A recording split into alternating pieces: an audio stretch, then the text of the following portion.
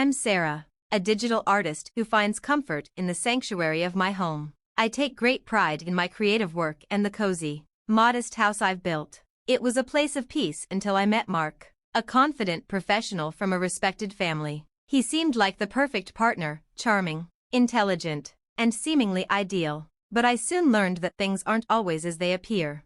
The first signs of trouble appeared during our wedding planning. What should have been a joyful time became a constant battle with Mark's traditional-minded mother, Alice. She insisted on a lavish, old-fashioned wedding with over-the-top floral arrangements, extravagant decor, and rigid family rituals. As the day grew closer, I began to feel increasingly uneasy. Mark seemed emotionally detached, almost as if he were a guest at his own wedding. But the real sting came from Alice's behavior. As I stepped out of the car in my carefully chosen wedding dress, her critical gaze made me feel small. She immediately criticized my dress, and to my shock, Mark said nothing in my defense. As the day went on, Alice found fault in every little thing: the music, the food, even my 12-year-old sister's table manners. When I stood up for my sister, Alice coldly retorted that discipline was important from an early age, implying that I was the one who needed correction. During the toast, Alice's wishes for our happiness were thinly veiled in insincerity, and I looked to Mark for support, but he wouldn't meet my gaze. It was then that I realized, the love I thought we shared might have been nothing more than a facade. I was alone, stuck between a husband who refused to stand by me and a mother-in-law who was determined to make my life miserable. What should have been the beginning of a beautiful chapter felt instead like the prologue to a tragedy. As we left for our honeymoon, I clutched my bouquet tightly, feeling the weight of the challenges ahead. What was supposed to be a celebration now felt more like an ominous sign of things to come. The honeymoon was quiet, strangely so. Afterward, Mark and I moved into my house, where I had hoped we could start a life together. But the honeymoon period quickly faded as Alice began to overstep her bounds. Within weeks of our marriage, she started making unannounced visits, behaving as though she owned the place. With every visit, she offered criticisms and passive-aggressive remarks, turning my once peaceful home into a battleground. One evening, I prepared a special dinner, excited to share it with Mark. But when Alice saw it, she sneered and criticized my cooking. I tried to explain, but she mocked me, and to my dismay, Mark sided with her. On another occasion, Alice disapproved of my living room decor, ridiculing my choices. Once again, Mark stayed silent and suggested I might want to ask Alice for help next time. It felt as if my home, my space, was being overtaken. It became painfully clear that the man I had married was not only allowing this emotional abuse but also participating in it. I was isolated, my sense of self slipping away under the pressure of Alice's relentless criticism and Mark's indifference. I held on to the hope that things would improve, that Mark would stand up for me, and that Alice would tire of her bitterness. But my hopes were dashed when Alice arrived one evening with bags in hand, announcing that she was moving in. I was blindsided and confronted Mark, but he seemed completely fine with it. As Alice began unpacking, I pulled Mark aside, my hands trembling with a mix of anger and disbelief. I tried to explain that this could not happen, that our marriage was already fragile, and having Alice live with us would only make things worse. Mark, however, sided with his mother, insisting that we needed to adjust to her presence. I asked him when he would adjust for me, when he would stand up for our marriage. Mark avoided my gaze and muttered that it would be rude to ask her to leave. So, Alice moved in, and the nightmare deepened. Her presence was suffocating, her criticisms constant, from how I arranged the furniture to how I did laundry. Mark remained silent, and I felt more isolated than ever. Then, one day, I discovered a stash of prescription medications in the kitchen, pills for anxiety, depression, and sleep disorders. When I confronted Alice, she exploded in anger, accusing me of prying into her personal affairs. Once again, Mark sided with her, claiming that it was none of my business. I felt betrayed in the worst possible way, as though my very existence was being undermined.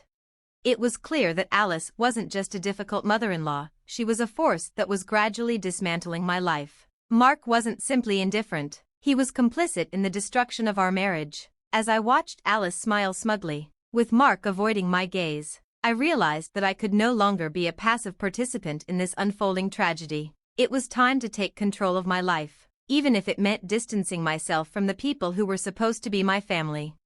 But fate had other plans for me, pushing me further into the depths of this nightmare. After Alice moved in, my world became a constant source of misery. Her constant scrutiny and the personal attacks began to take a toll. One evening, Alice took aim at my career, questioning my worth and doubting my abilities. She claimed a wife should have a job and questioned why we weren't living in a larger house that reflected Mark's success.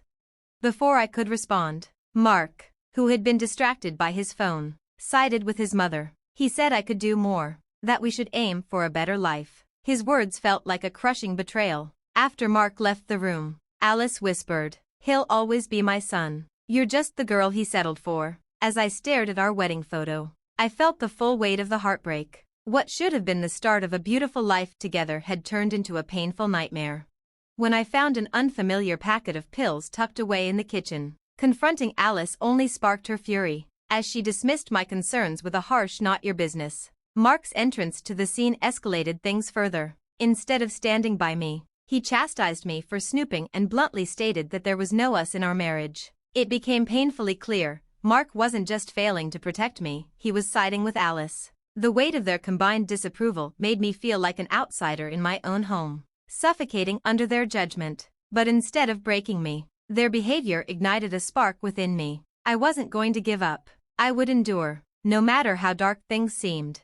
Then, unexpectedly, Mark's friend Jake invited us to a party. Though I was hesitant, I was essentially forced to go. It didn't feel like a request. It felt more like an obligation. And so, we found ourselves at Jake's opulent house. The energy inside a stark contrast to the cold tension at home. The laughter, the music, it was a brief but welcomed escape from the control Alice had over me and the growing rift between Mark and me. As the evening wore on, I ended up chatting with Jake, the party host and Mark's friend. His friendly demeanor was a refreshing change from Alice's frosty attitude. We had a pleasant conversation about various topics, and it was a relief to engage in a dialogue free of insults and criticism. Jake suggested a party game, a welcome distraction from the toxic environment I had been living in, and I reluctantly agreed. During the game, I shared a funny story from the early days of my marriage, recounting some of the challenges we had faced together. The room filled with laughter, and for a moment, I could almost forget the emotional turmoil I had been enduring at home. Afterward, Jake took me aside, expressing his concern for my situation at home. He'd noticed the tension and urged me to stand up for myself, to no longer let Alice and Mark mistreat me. His words were like a lifeline, offering hope where there had been none. In the weeks that followed, I spent a lot of time reflecting on my life and the choices I had made. I realized I deserved better than the constant emotional abuse and the suffocating feeling of being trapped in my own home. With Jake's encouragement, I began taking small steps to regain control of my life. I sought therapy to rebuild my self-esteem and to find ways to cope with the toxic dynamics in my marriage. It wasn't an easy journey, but my determination to escape the cycle of abuse remained unwavering.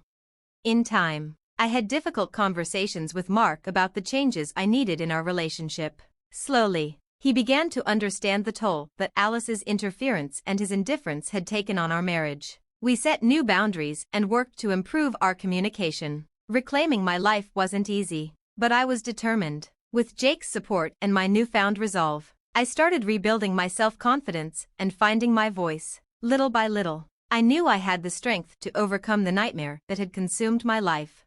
The first half of the party was pleasant enough. People were laughing, music played, and LED glasses lit up the room. But as the night wore on, I began to notice Mark withdrawing. He spent more time with others than with me, and when our gazes met, he seemed irritated. Eventually, Mark disappeared, and my search for him led me to quieter areas of the house. That's when I heard a soft giggle followed by his unmistakable voice. My heart sank before I even reached the door. Taking a deep breath, I opened it to find Mark with another woman. They didn't notice me at first, and when they did, Mark looked more annoyed than guilty. He snapped at me, questioning my lack of courtesy in knocking.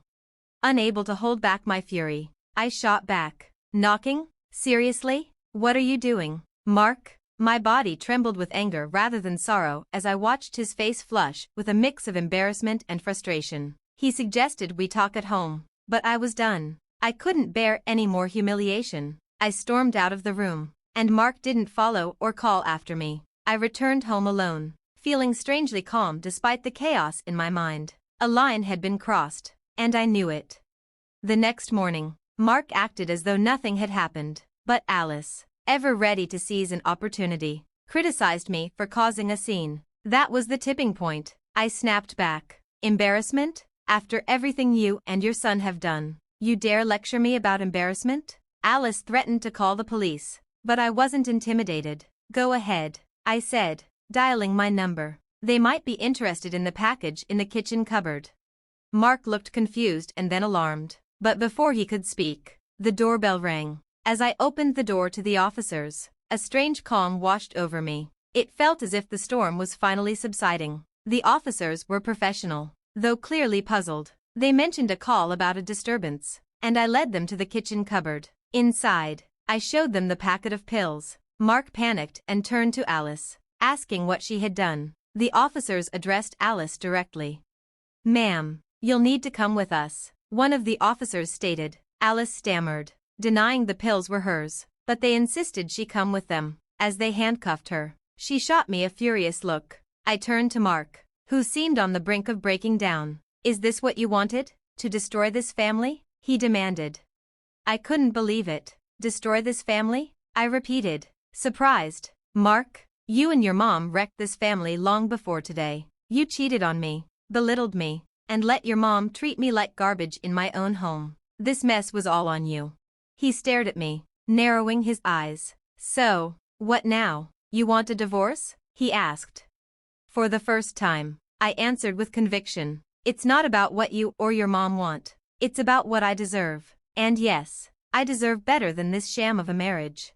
Within weeks, the divorce process began. It was hard, but it was necessary. During the trial, both Mark and Alice faced consequences. Mark was exposed for enabling his mother's behavior, and Alice received a 5-year prison sentence for possession of illegal substances. As I sat in the courtroom, I felt a mix of emotions: victory, yes, but also sorrow for what our family could have been. Mark avoided my gaze, and I realized that the man I had married was now a stranger. But I was free. I walked out of the courtroom into the sunlight, understanding that this wasn't just an ending, it was a fresh start. In the years that followed, I focused on rediscovering who I was and healing. Though the scars remained, they served as reminders of my strength, resilience, and self-worth. The nightmare was over, and the lessons I'd learned would stay with me forever. I had faced the worst and survived, emerging as a woman who would never again settle for less than she deserved. Thanks for watching, and I'll see you in the next video. Stay stunned.